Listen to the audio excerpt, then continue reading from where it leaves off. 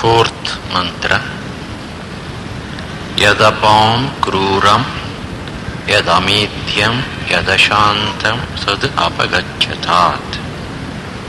Apam yat kruram athva himsakam yat amedharham ashuddham yat ashantam sopadravam tat sarvam asmat nimajjana pradeshat apagacchatu. As already explained earlier, these mantras are connected with bathing in the river or in a pond or a tank or a lake. After selecting a suitable spot for taking bath, which has to be done by immersing oneself in water, all these mantras are chanted. It's quite likely that the place where the person intends to take bath may not be very safe. Dirty water may flow there, or there may be other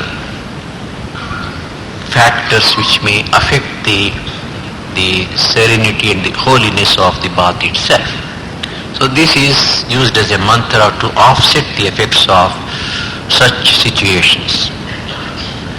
And according to the ritualistic traditions, while chanting this mantra, he has to draw a circle round him so that the water inside that circle is clean and pure and is endowed with the power of purifying him.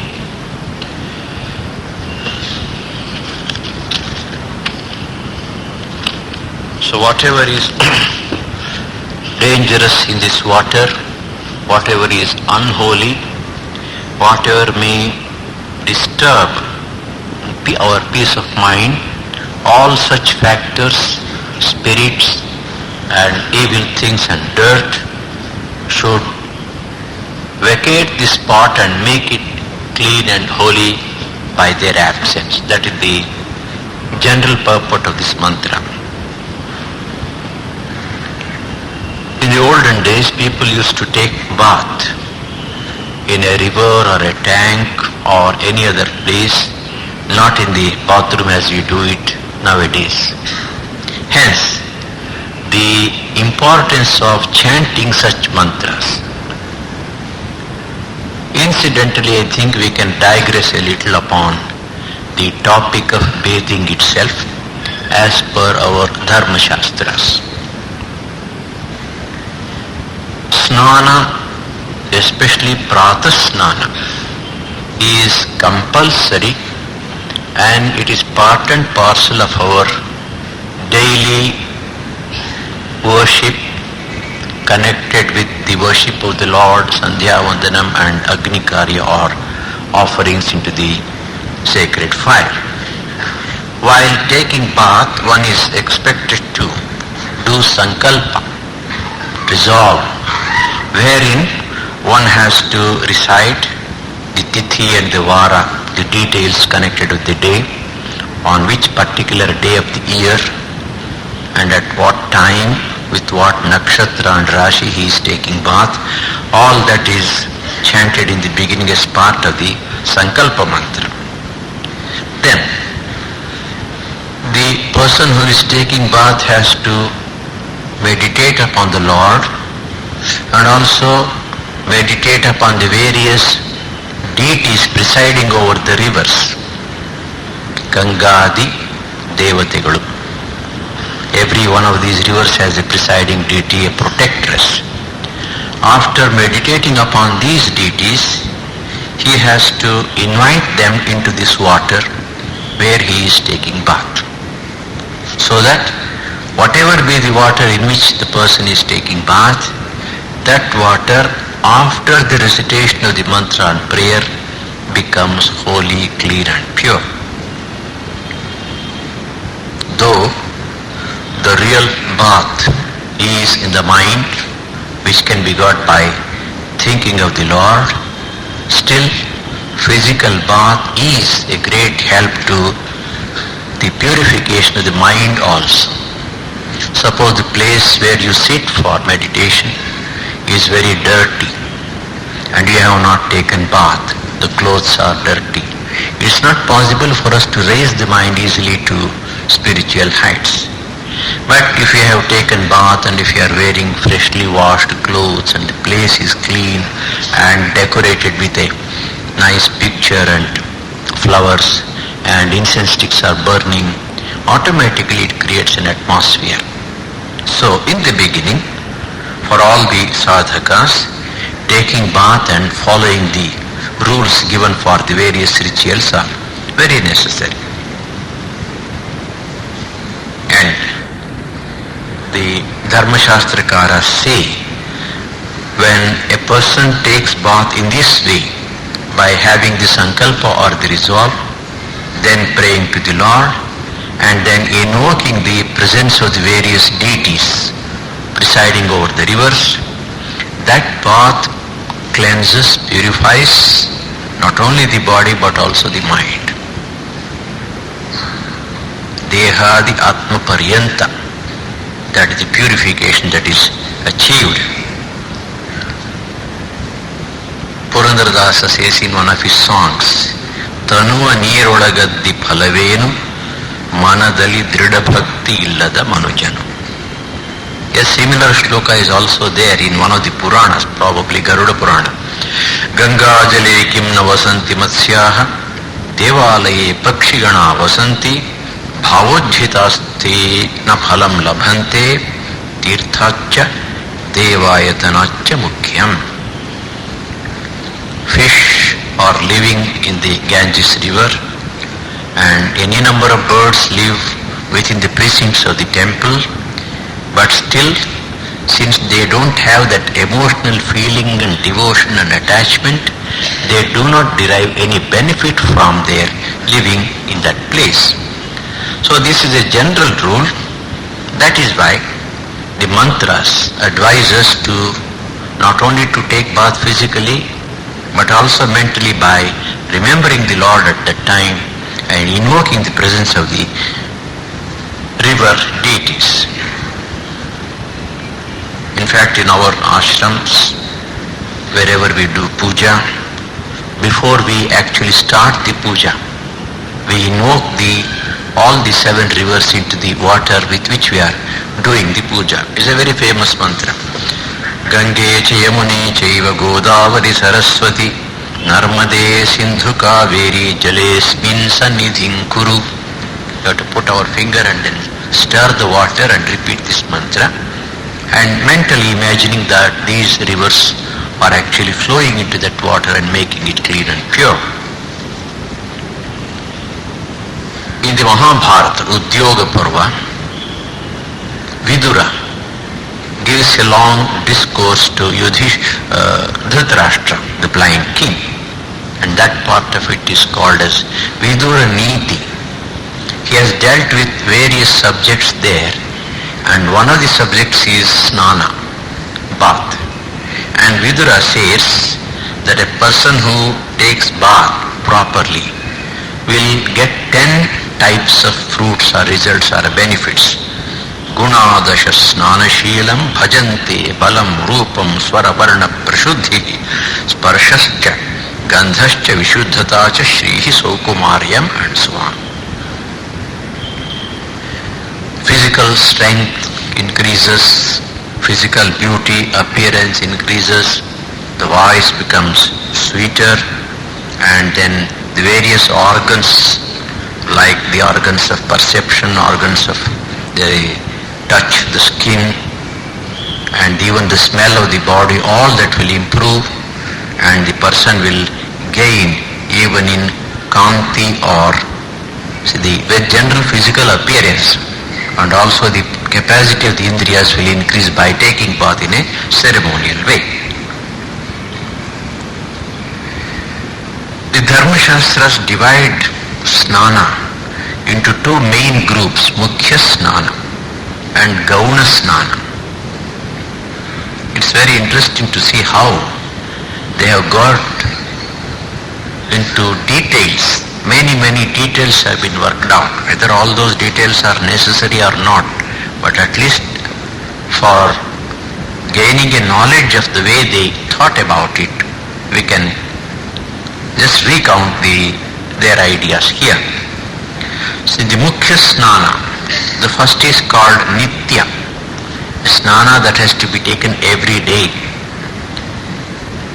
A person is expected to do Deva Puja, worshipping the family deity or Ishta Devata.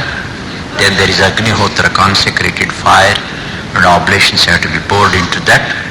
Then there is also Japa, especially Gayatri Japa. All these things have to be done only when the body and the mind are clean and pure. So Snana is compulsory. These are all daily religious duties. Before doing them, one has to take Snana. So this is called Nitya Snana. It may be once, it may be twice, it may be 3 times. In fact, even now, Orthodox Swamis like the Shankaracharyas, they take bath 3 times a day. Then comes the second, Naimittika. Nimitta, due to some reason, the body is supposed to become ceremonially impure and it has to be purified by a bath. Suppose we accidentally touch the sinners or a dead body or the Upastambha or a Chandala and so on, one has to take bath. We can understand taking bath if we touch a dead body or if sinners, definitely known to us that their life is not very clean and pure, touches, we can understand that.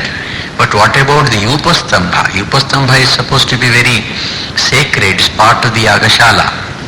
Probably, since the animals used to be tied to the Upastambha and sacrificed, that Upastambha was probably considered to be impure in this sense. So if you touch it, you have to take a bath. Then the third is called Kamya. According to astrologers, certain days, certain times are supposed to be very auspicious. So people who are interested in reaping certain benefits and fruits, they choose these astrologically auspicious times and take bath as prescribed. So, but these baths can be taken at home, not necessarily in the Tirtha Kshetras. Then there is Kriyanga Snana. A particular ceremonial or ritual has to be performed. As part of that, one has to take bath. For instance, suppose a person has decided to have special Gayatri Japa, 1 laksha Japa ಮಾಡ್ತೀವಿ ಅಂತ ಸಂಕಲ್ಪ ಮಾಡ್ಕೊಂಡಿರ್ತಾರೆ. Say before that and after that. Similarly, special worship arranged either in the temple or in the house, or when obsequial ceremonies connected with the dead ancestors are concerned. In all these situations, during such times, one has to take ceremonial bath as part of that kriya or ritual. Then there is another snana called Malapakarshaka Snana, and it is what we call as the oil bath, Abhyanjana Snana. That is only for keeping the body clean and pure. No religious significance is attached to that. And there is another Kriya Snana. This is taken only in the Tirtha Kshetras. When a person goes to various places of pilgrimage, it is compulsory, obligatory on his part to take bath in the particular river or tank or lake or the Pushkarani of the temple. It's part of the whole process of Tirtha Yatra. Then coming to Gauna Snana or secondary bath. First is mantra. You take a little water in your hand, chant the mantras like Apo Hishtha Mayo Bhuvaha, and then sprinkle on your head. So through the mantra, through the sprinkling, you become pure. It's not a regular bath, it is purifying oneself through the mantra. Then the second bath is called Bhauma.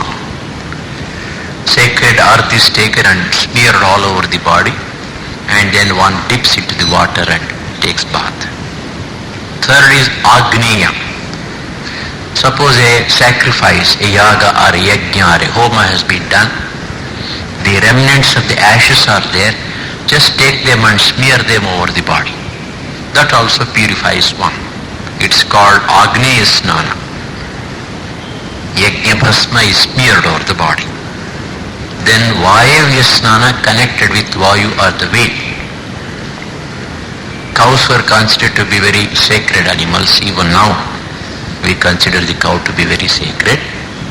And when the cows come back home or go to the fields in the morning, running, raising a lot of dust, and if the wind brings that dust and puts it upon our body, we are cleansed and purified. That is the idea here. Then there is Divya Snana, sun bath. You simply expose yourself to the sun, but that is in Uttarayana, not always. In the Uttarayana period, January to June, during that period, if the body is exposed to the rays of the sun, that is called a Divya Snana. Then the last one is Manasa Snana. Manasam Vishnu Chintanam. If you remember the Lord in the mind, your mind becomes pure. That is as good as a bath. Apavitra pavitro va sarvavasthangato piva yasmaret pundarikaksham sabhakyabhyantara shuchi. It's a very famous shloka. We chant it here also before many rituals. So whether a person is pavitra or apavitra, or whatever be the state in which he is, if he remembers the Lord, he automatically becomes clean and pure. In fact, this sense of purity is actually a mental quality. In Holy Mother's life we read once, there is an old widow in Jairambati. She used to work in Jairambati's ashram. Once in the evening, she came, approached the Holy Mother and told her, "Ma, on the way while walking in the street, I just stepped upon something which was very dirty. Then I came to the ashram, took bath, changed the clothes. But still, I have not felt that sense of purity within me." Then Mother said, "Why don't you sprinkle Ganges water upon yourself?" "I have done that also. Still somehow I feel that I have not become sufficiently pure." Then the Mother told her, "You touch me." And when she touched the Holy Mother, that sense, that feeling left her completely. Pavitrata swarupinyai tasyai kurmo namo namaha. So when we are in the company of holy people, great people, that sense of purity that comes to the mind, it is much more than bath. So this is the Manasa Snana. This is just by the way, just to show you how the Dharmashastrakaras have dealt with all these aspects of the subjects in detail. Then we come to the fifth mantra.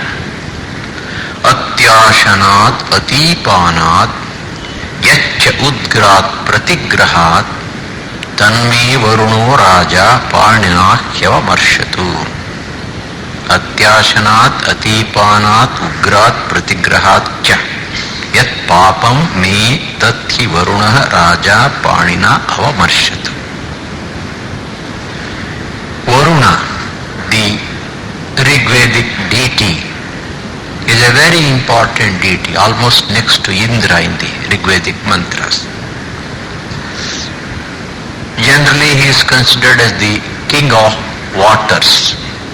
He is the Adhipati ruling over the various types and kinds of water in this universe. He is also the lord of the western quarters. But in the Rigveda we find him extolled as Paramatman himself. He is the king for Rita, the cosmic order, the king for Satya or truth. He can bless us if he likes, he can punish us if he likes. But it's not a question of his likes and dislikes, it's a question of our following the rules and regulations, the cosmic law, the Rita, Dharma in our life. He is there to implement it. When we follow dharma, the path of dharma, then he is pleased with us. When we transgress dharma, he punishes us. So he is the king who metes out punishment, also gives rewards. That idea we find in the Rig Veda in many of the mantras. Keeping that in mind, this mantra is being uttered by the Rishi. He is the king of the whole universe. He is the king of Vruta, the cosmic law according to which the whole universe is working smoothly. So if a person who has committed a sin feels repentant, sheds tears and prays to him, then he has the power to forgive them and wipe off all the effects of the sins. Paninahi avamarshatu.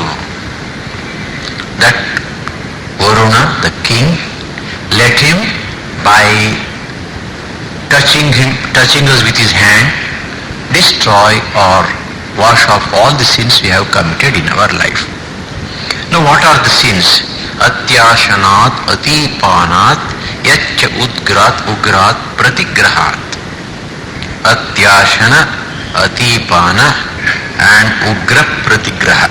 These are the three sins mentioned here. Eating too much, drinking too much, and accepting gifts from unworthy people.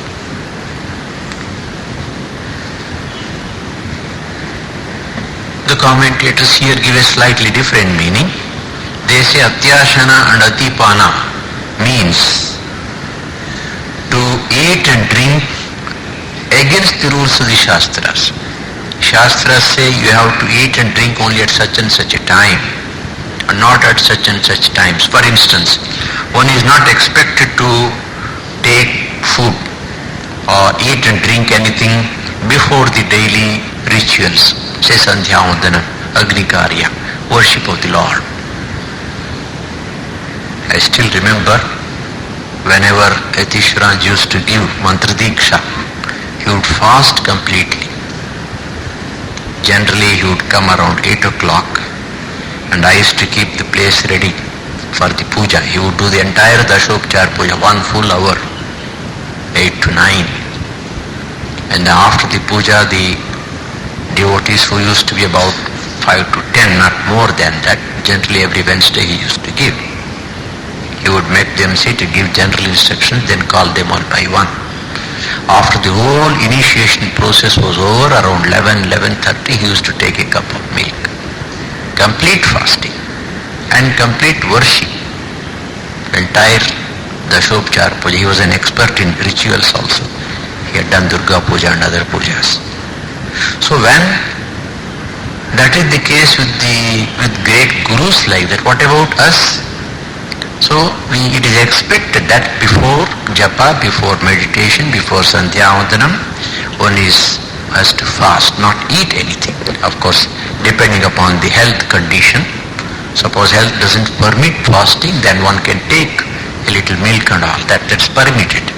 But if any person eats something or drinks something before fulfilling the religious duties, it becomes Atyashana and Atipana, and a person who does it incurs sin.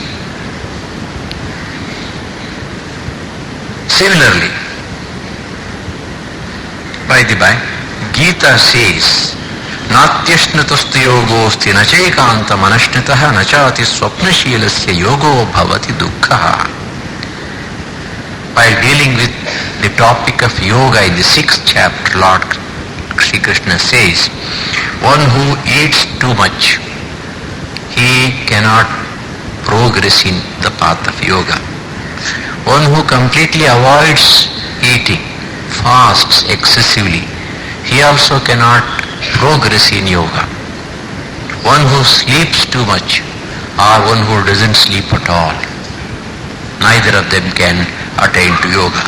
That means extremes have to be avoided in the spiritual life. We have a very interesting story in Buddha's life. When Buddha was in the forest, Buddha was in the palace, he led a very luxurious life. When he went to the forest for tapas, he punished his body practically beyond its limits. One day he fasted for 21 days continuously, was sitting in meditation and got up, wanted to go for bhiksha. He collapsed, and then one lady, Sujata by name, gave him pudding, payasam, and then his life was saved. At that time, when he was unconscious, he had a vision. A devata appeared to him in that vision with a veena in her hand, showed the strings. They were all tuned very nicely. She was able to play excellent music. Then she loosened the strings. It was not possible to play on the veena and get beautiful music out of it. Later on she went on tightening the strings, and all the strings broke. So she said the body is like a veena. So if one recklessly immerses oneself in Vishaya Sukha or Vishaya Bhogas, one cannot attain spiritual attainment and spiritual illumination. On the other hand, if one wants to punish the body too much, it breaks. Body becomes useless. After all, whatever we want to achieve in life, it is through the body only. Therefore, the Madhya Pantha, the middle path, is recommended. That's what the Gita says. So we can have that idea also here. If one eats too much, one drinks too much, against the limits given by the Shastra, you will be incurring sin, and that sin can be offset or obviated by praying to Varuna, and through his grace we can get rid of it. Ugrat pratigrahat. One who has committed sins and therefore giving out evil vibrations is a ugra. And many times people who have committed sins want to get rid of their sins by giving dana to other people. That was the custom in the olden days. Even today there are people who do like that. If knowingly a person accepts gifts from them, a part of the sin comes to the receiver. So ugra pratigraha, accepting gifts from people who have committed sins in their lives, that makes this person incur sin. And that has to be got rid of. Only by the grace of the Lord it can be done. So, ugrat pratigrahat yat papam tat varunaha raja panina avamarshatu. Whatever papa I have got by receiving gifts from unworthy people, let it be wiped out by you, through your hand. So Varuna is supposed to keep his hand on the devotee and then wipe off this effect of this sin. Sohamapapo virajo nirmukto mukta kilvishaha nakasya prishtham aruhya gached brahmasa lokatam. Saha aham apapaha virajaha nirmuktaha mukta kilvishaha nakasya prishtham aruhya brahma salokatam gaccheyam. In the previous mantra, he has prayed to Lord Varuna. Suppose we take it for granted that Varuna is showing the grace. Varuna has put the hand on the head of this devotee, and all the sins are wiped out, the effects of sins are wiped out. So now this person becomes papa rahita. Along with that, something more has happened. It is not the touch of an ordinary person, it is the touch of God himself, who is karmadhyaksha and dharmadhyaksha. So when Varuna puts his hand upon the devotee, not only the effects of the sins are destroyed, even the tendency to commit sin is destroyed. That is more important. That is rajoguna. Kamayesha, krodhayesha, rajoguna samudbhavaha, Shri Krishna says in the Gita. Arjuna asks, suddenly a man loses his balance and commits sin, falls a prey to kama and krodha. What is the reason? Ayatnavagi papa ಮಾಡ್ತಾನೆ ಯಾತಕ್ಕೋಸ್ಕರ? Krishna says it is due to kama and krodha which come up as samskaras, and they are roused in the mind by rajoguna. So when Rajoguna is destroyed, he becomes Virajaha. Virajas. Without Rajoguna, without the inclination or the tendency to committing sin. So that means he has become very, very pure.